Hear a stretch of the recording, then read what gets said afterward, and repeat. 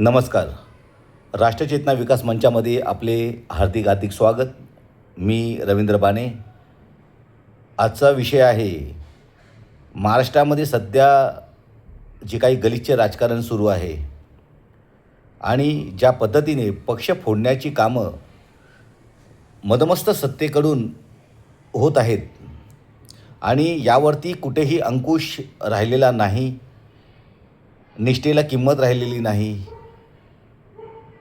तर या राजकीय घटनेवरती विश्लेषण म्हणून आजचा व्हिडिओ आहे. ज्या लोकांना तळागाळातून उचलून सर्वसामान्य असताना सर्वसामान्य व्यक्तीला नावलौकिक, पैसा अडका आणि एक सन्मान मिळवून दिला, त्या पक्षाच्या साठी आपण निष्ठावान राहणं सोडून जर काही लोक स्वार्थासाठी पक्षांतर करतात किंवा स्वतंत्र गट स्थापन करतात कायद्याचा आधार घेऊन, तर अशा लोकांसाठी कायदा काही आहे की नाही किंवा त्या पक्षाच्या निष्ठेसंदर्भामध्ये त्यांचं काही घेणं देणं आहे की नाही. ज्या पक्षाने नावलौकिक प्राप्त करून दिलं, मोठं केलं, महाराष्ट्रामध्ये दिल्लीपासून गल्लीपर्यंत त्यांचं नावलौकिक करून दिलं, अशा पक्षाशी एकनिष्ठ राहणे सोडून केवळ काही गोष्टी साध्य करता याव्यात म्हणून पक्षांतर करणं कितपत योग्य. मागे जे काही 40 लोक फुटून वेगळा गट स्थापन केला आणि त्यावेळेलासुद्धा धुळवड निघाली होती की 50 खोके एकदम ओके अशा पद्धतीने आरोप झाले होते. त्यांच्यामागे ईडी CBI लागली होती. त्यांच्यावरती सत्ताधारी पक्षांनी आरोप केले होते. त्यांच्यावरती FIR दाखल केला नाही आणि जसं सत्तेत आल्यानंतर FIR दूर, त्यांच्यावर कसल्याही कारवाई झाली नाही. असे सत्ताधारी पक्षाकडून असंही सांगण्यात आलं होतं की 12 तासाच्या आतमध्ये जेलमध्ये जाणार वगैरे वगैरे वगैरे. परंतु शासकीय यंत्रणांचा गैरवापर करून एखादा पक्ष फोडणं, त्या पक्षातले लोक आपल्याकडे आणणं आणि आपला पक्ष मोठा करणं, ही जी काही पाशवी इच्छाशक्ती आहे, जी पाशवी विचारधारा आहे, ही विचारधारा लोकशाहीच्या मूळ गाभ्याला धोका निर्माण करत आहे आणि संविधानालासुद्धा धोका निर्माण करत आहे. बाबासाहेबांनी सांगितलं होतं स्पष्टपणे की चुकीच्या हातामध्ये संविधान जाता कामा नये. जे काही सध्या घडामोडी घडत आहेत यात एकही असा नाही की ज्याच्यावरती राजकीय गुन्हेगारी स्वरूपाचे त्यांच्यावरती आरोप झालेले नाहीत. आरोप होतात, कागदपत्र प्रचंड आहेत, खंडीवर आहेत असं दाखवून त्यांच्यावरती ईडी CBI वेगवेगळ्या शासकीय यंत्रणा लावून त्यांना चिरीस आणतात, त्यांना पळायला भाग पाडतात. पळून झाल्यावरती त्यांना शरण आणल्यानंतर त्यांना क्लीन चिट देतात. म्हणजे आरोप सत्तेची, क्लीन चिट सत्तेची, मग न्यायालय कशासाठी आहेत. आणि आरोप जर केले तर ते सिद्ध करता येत नसतील तर ज्याने आरोप केले त्याच्यावरती खरं तर कायद्याने खटला दाखल करून त्याला जेलमध्ये टाकायला पाहिजे, कारण खोटे आरोप करणं हा सुद्धा एक कायद्याने गुन्हाच आहे. परंतु पहिले 40 गेले, त्या 40 जणांची केस माननीय सर्वोच्च न्यायालयामध्ये प्रलंबित आहे. 4 वर्ष झाली त्याच्यावरती अजून निकाल लागत नाही. इतकी भयान शोकांतिका आजवर कधीही असं अस्तित्वात आली नव्हती. आजच्या तारखेला न्यायालयाचे ज्येष्ठ वकील जे आज रिटायर्ड झालेले आहेत तेही सांगतायत की बाबा अशा पद्धतीचे निकाल लागले पाहिजेत लवकरात लवकर. आणि जर अशा पद्धतीचे निकाल लागत नसतील तर त्याचाच आधार घेऊन दुसरे लोकसुद्धा बाहेर पडू शकतात.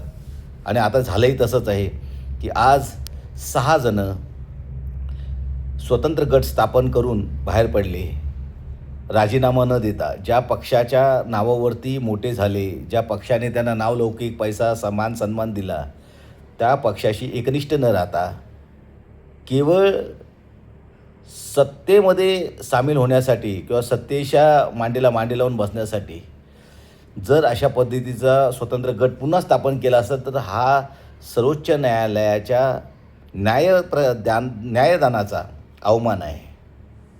जी चूक मागच्याने केली त्यात सुधारणा जर सुप्रीम कोर्टाने वेळेस करून त्यावरती जर निकाल दिला असता तर आज ही अवस्था झाली नसती. अशा पद्धतीने एक एक करून सर्व जर पक्ष जे पारंपरिक पक्ष आहेत, घटनात्मक मान्यताप्राप्त जे पक्ष आहेत, अशा पक्षांना केवळ प्रलोभनं दाखवून किंवा त्यांच्यावरती ईडी CBI अशा पद्धतीचं हे दाखवून भय दाखवून त्यांना आपल्यात सामावून घेऊन जर लोकशाहीचा पाया डगमगवून टाकणार असतील तर न्याय प्रक्रिया असो किंवा निवडणूक प्रक्रिया असो याला अर्थ काय?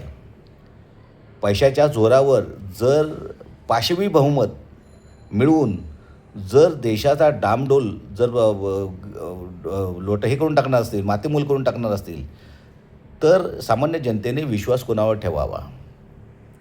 आता हे 6 जणं पडले, मागच्या 40 जणांचा खटला प्रलंबित आहे.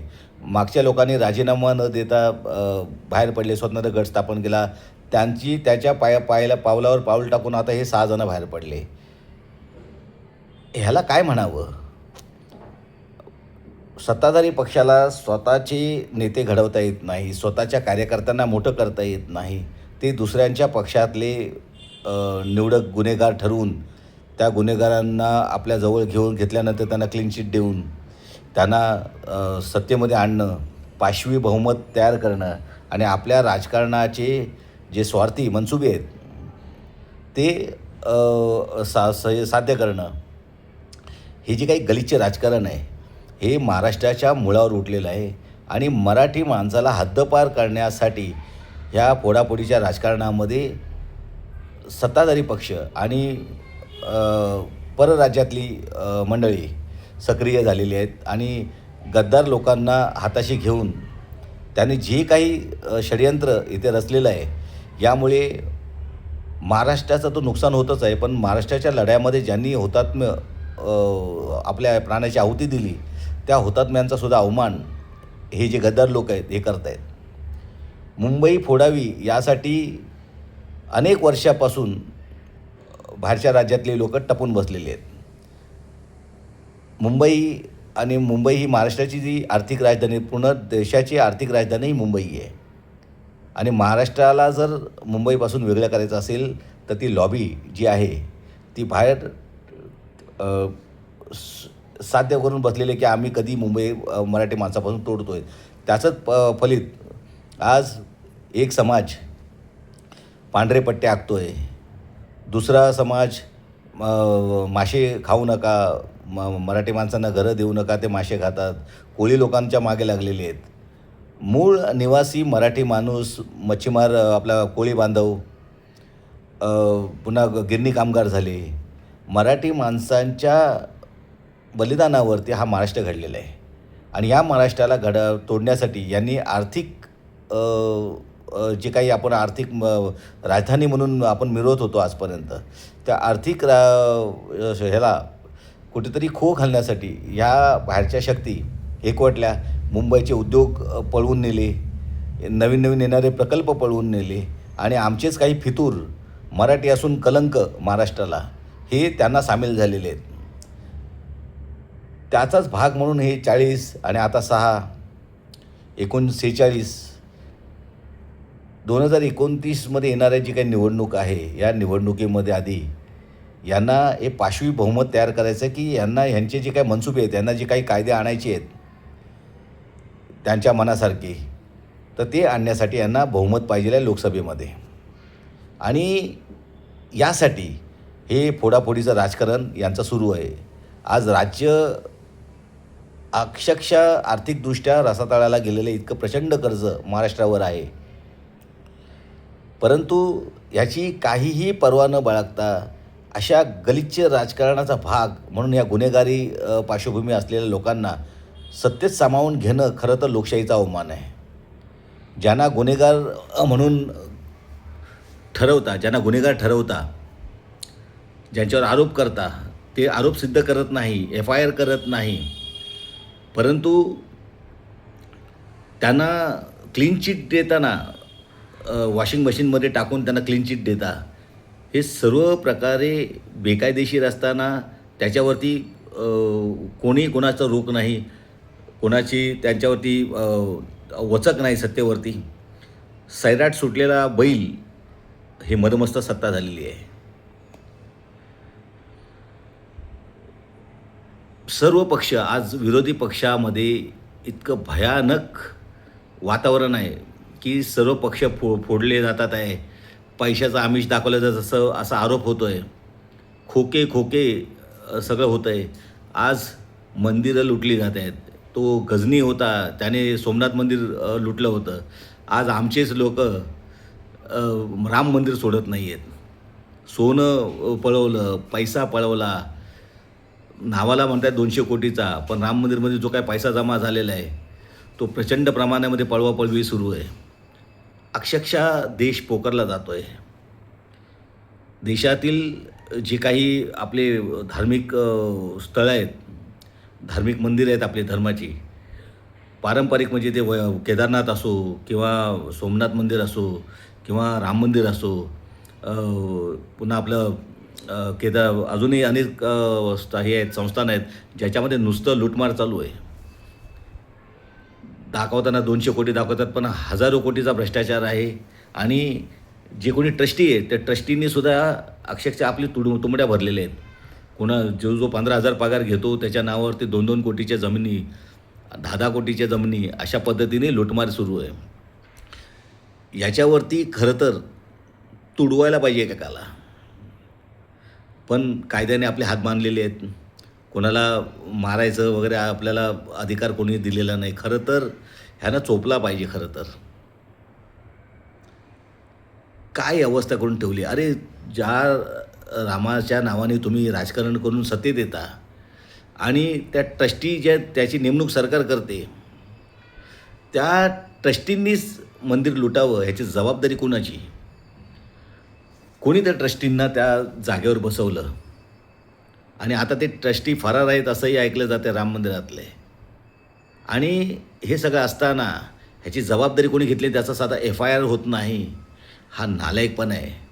म्हणजे दिल्लीपासून गल्लीपर्यंत ज्या भाजपची सत्ता आहे, या सत्तेला FIR दाखल करता येत नाही. गृहमंत्री केंद्राचे गृहमंत्री महाराष्ट्र राज्याचे काय करतायत काय?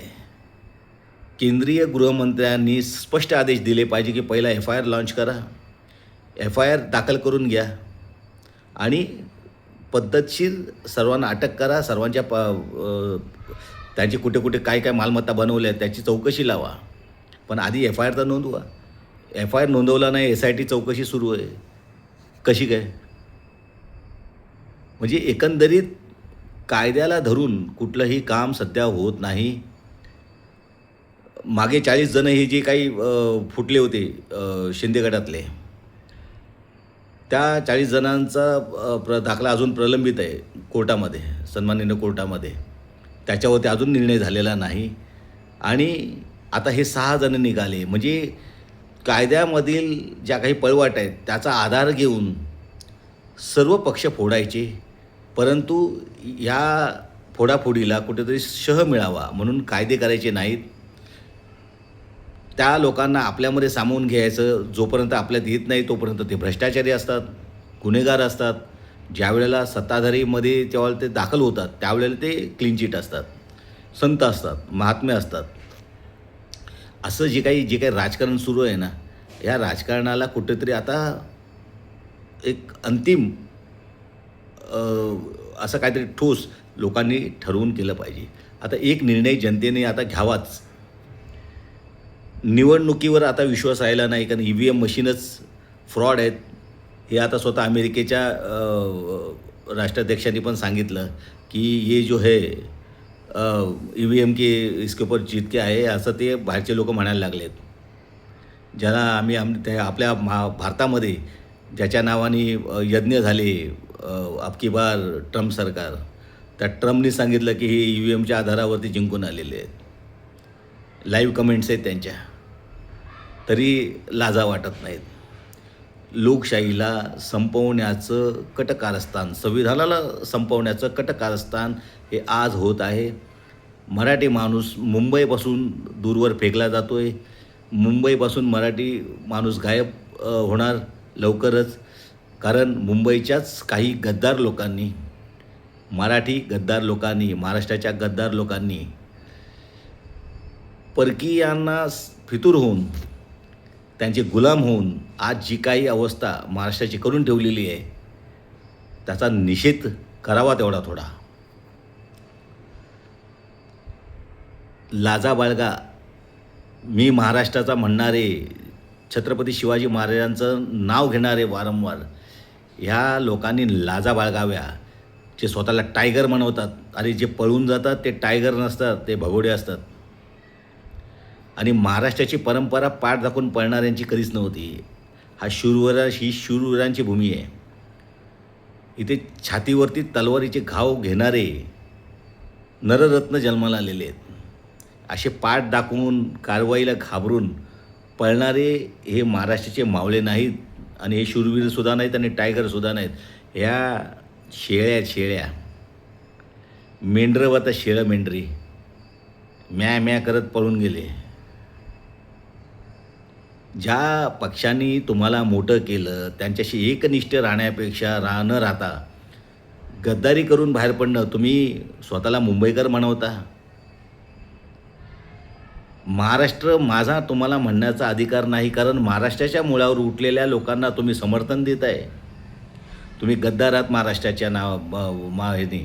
तुम्ही गद्दार आहात आणि गद्दारच राहणार. लोक तुमची गद्दार म्हणूनच ओळख यापुढे ठेवणार.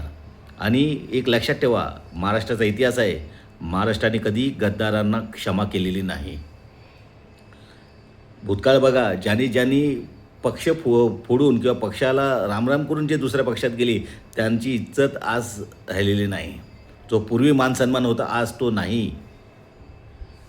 बोध घ्या यातून आणि परत या. नाही तर तेल गेलं, तूप गेलं आणि हातात धुपाटणं राहिलं, अशी अवस्था होईल. ज्या मातोश्रीच्या नावावरती आपण मोठे झालात, ज्या बाळासाहेबांच्या नुसत्या आशीर्वादाने तुम्ही मोठे झालात, नाव, सन्मान, मान, मुरादब सर्व मिळालं तुम्हाला, आणि त्याच भरल्या ताटावरून उठून शेण खायला गेलात. कसला वेगळा गट. अरे तुम्ही गेलात फक्त पळवाट बघून, गेलात स्वार्थ साधण्यासाठी. महाराष्ट्रामध्ये गद्दारीला थारा नाही आणि कधीही राहणार नाही. जे गेले ते गद्दार होते. आले तर मावळे, गेले तर उडाले तर कावळे. आजच्या पुरतं एवढंच. चॅनल आवडल्यास लाईक करा, सबस्क्राईब करा आणि शेअर करायला विसरू नका. केवळ व्हिडिओ मोठा आहे म्हणून नाही, तर आपल्या मनातली अस्मिता जागृत करा. राष्ट्रभक्ती आपल्या मनामध्ये ठसा.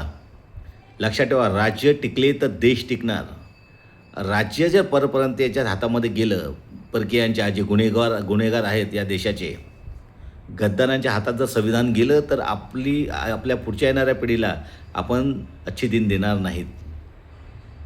आजच्या पुरतं एवढंच. धन्यवाद. जय हिंद, जय महाराष्ट्र, जय संविधान, जय भारत.